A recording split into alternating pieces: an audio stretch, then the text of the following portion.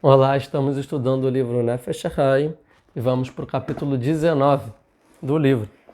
Então, ele começa com um versículo em Mishlei, em Provérbios 18, 14, que está escrito o seguinte, em português. O espírito do homem o sustenta em sua enfermidade, mas quem suporta um espírito ao quebrado? Ou seja, que o espírito do homem sustenta quando ele está enfermo, mas um espírito ao quebrado, quem sustenta? Ele vai interpretar a parte mais profunda desse versículo. Em hebraico seria Ruach ish chalkel machaleu. O Ruach do homem sustenta a sua enfermidade.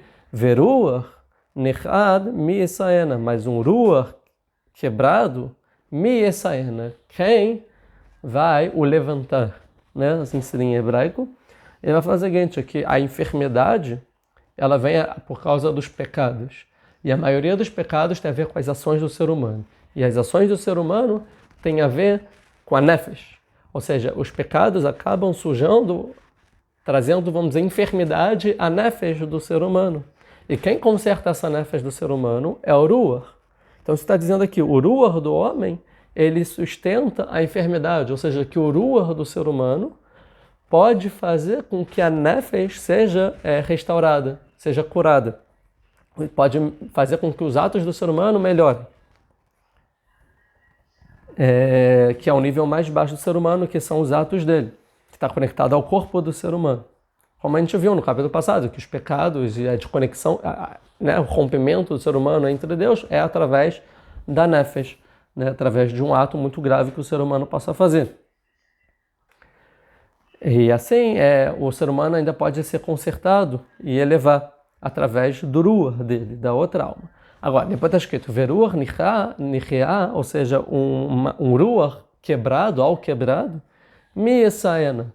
E pela Kabbalah, quem sabe que mi tem a ver com a neshama, ou seja, um ruach ao quebrado, a neshama pode elevar também, ou seja, que se a pessoa tiver mal da neshama, do ruach, com impureza, como a gente falou na aula passada, a neshama também consegue elevar através de um pensamento correto, que é da tshuva, que a gente falou. E assim ele vai dizer o seguinte. Segundo, aqui.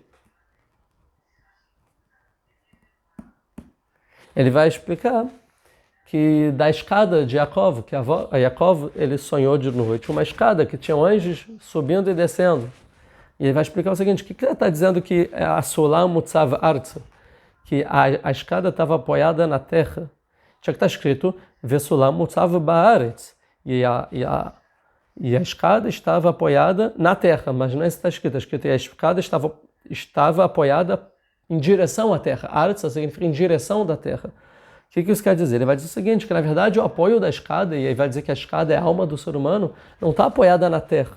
E sim, ela vem em direção à terra, porque o apoio, onde finca mesmo a escada, é em cima. Ou seja, a escada de Yaakov, ela estava apoiada de verdade no céu. O céu é o apoio, é engastada no céu. E ela vem em direção à terra, mas o apoio não está na terra. Ou seja, a origem é lá em cima, em Deus, que é a alma do ser humano, que é a conexão entre o céu e a terra. Mas sim, a raiz mesmo está no céu, lá acima. E assim ela vai descendo até a terra. E assim então é o alento de vida que Deus deu ao ser humano, resgatando tudo que a gente estudou nos primeiros capítulos, que Deus ele botou uma alma no ser humano. Essa alma vem de cima até o corpo do ser humano, até embaixo. Mas a raiz é lá em cima e não aqui embaixo. Até chegar no corpo do ser humano. Assim está escrito no Zohar, que Deus ele soprou na narina do homem Nishmat Chaim, uma neshama de vida. Que a gente viu que é a respiração de Deus. E depois está escrito, vai Halom vem Nesulam, e Yaakov ele sonhou e viu uma escada. E a gente vê que é óbvio que essa escada é a neshama de vida, é o alento de vida que Deus, é a neshama que Deus botou no homem. Assim vai falar o Zohar. E depois está escrito, vem Malachim Elohim, Olim Veordim. E veja, os anjos de Deus, eles subiam e desciam nela, na escada, na alma, né? Na Neshama, os anjos de Deus sobem e descem. O que isso quer dizer? Que é o que ele já explicou, Porque a alma do homem é que dá vida a todos os mundos, a todas as forças. Então todos os anjos lá em cima, eles sobem e descem através da alma do ser humano, das ações do ser humano, da fala do ser humano, do pensamento do ser humano. Mas interessante que os anjos primeiro subiam e depois desciam. Porque primeiro precisa tudo subir. Ou seja, primeiro a gente precisa se preparar aqui embaixo. O principal, através do estudo da Torá e dos atos do ser humano, a gente consegue subir de nível e assim edificar e consertar os mundos. E através do que a gente vai subindo, a gente consegue trazer depois para baixo influência, bênçãos e luz para o mundo. Então por isso os anjos primeiro sobem através do ato do ser humano que a gente está se preparando, aperfeiçoando, e depois a influência desce de cima para baixo. Até que depois está escrito, e Deus nitzavalav, e Deus estava perante ele. Que quando a gente se prepara, a bênção vem e aí Deus está perante a gente. Ou seja, a gente está conectado realmente com Deus. Assim ele está resumindo os últimos, mais ou menos, tudo o que ele falou até agora. E assim, os nossos sábios, no tratado em Tanit de Yerushalmi, capítulo 2, falou Reish Lakish em nome do Rabi Yohanan. Amar, ele vai dizer o seguinte, uma alusão, uma metáfora, Shetef HaKadosh Baruch Hu Shema B'Israel, que Deus ele associou o seu nome a Israel. E aí vai contar uma metáfora com um rei, que ele tinha uma chave do palácio, de um palácio pequeno que ele tinha uma chave para abrir. E aí o rei falou assim, uau, se eu deixar essa chave aqui, eu vou perder a chave, não vou saber mais onde está essa chave, é um palácio pequeno. Então o que eu vou fazer? Eu vou fazer uma corrente, que aí que eu vou botar a chave numa corrente e eu vou deixar no palácio. Então se eu perder, eu sei que eu posso puxar e aí eu acho a chave. Então falou a mesma coisa a Deus. Ele falou assim, se eu deixar Israel assim como eles são, eles vão ser engolidos pelos outros povos. Eles vão se perder perante todos os outros povos que existem no mundo. Então eu vou associar o meu nome grande a ele, ou seja, a corrente, na metáfora, é o nome de Deus. Eu vou botar o meu nome deles, para eles sempre nunca se perderem e esquecerem que são Israel. Então a gente vê que a corrente é comparada a Deus, porque realmente é a alma que conecta os mundos, de Deus até o ser humano. E ele vai dizer o seguinte, embora essa metáfora está querendo dizer sobre o Israel, o povo de Israel, ele fala o seguinte, a gente pode entender sobre o ser humano em geral, não só Israel, todo o ser humano, no indivíduo, a gente pode entender o indivíduo. Aqui, que fala da chave e fala da corrente. Adam apotea, porque o homem é a chave. O ser humano é a chave que pode abrir e fechar todas as forças de todos os mundos através dos seus atos, das suas falas, dos seus pensamentos e das suas vontades. Patrin chamá-la, tanto mundos lá em cima e mundos aqui embaixo. E todos estão através da força dos atos da nefesh do homem, o ato que o ser humano faz, as ações que o ser humano toca. E assim o ser humano é a alma de todos os mundos.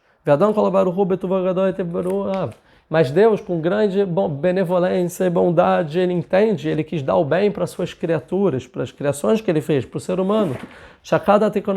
E ele falou, eu quero que eles se consertam. Se eles errarem, eu quero que tenha conserto.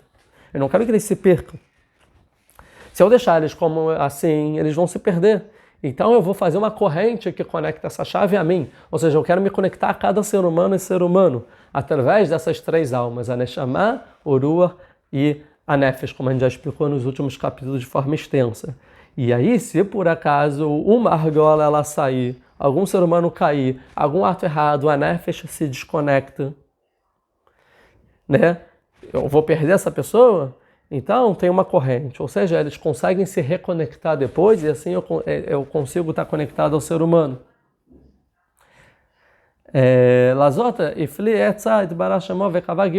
Por isso que então Deus, pela sua incrível sabedoria, ele fez 3 níveis da alma, para que a gente consiga sempre se conectar a Deus. E se uma alma perde, a outra consegue restabelecer a conexão.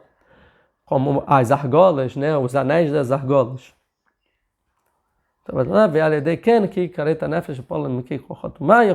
Então, por isso, se a pessoa se desconecta e ela cai na impureza, né? Tá tudo ruim para ela, ainda dá para se reconectar no final através das outras almas mais acima. Por isso está escrito na parábola, né?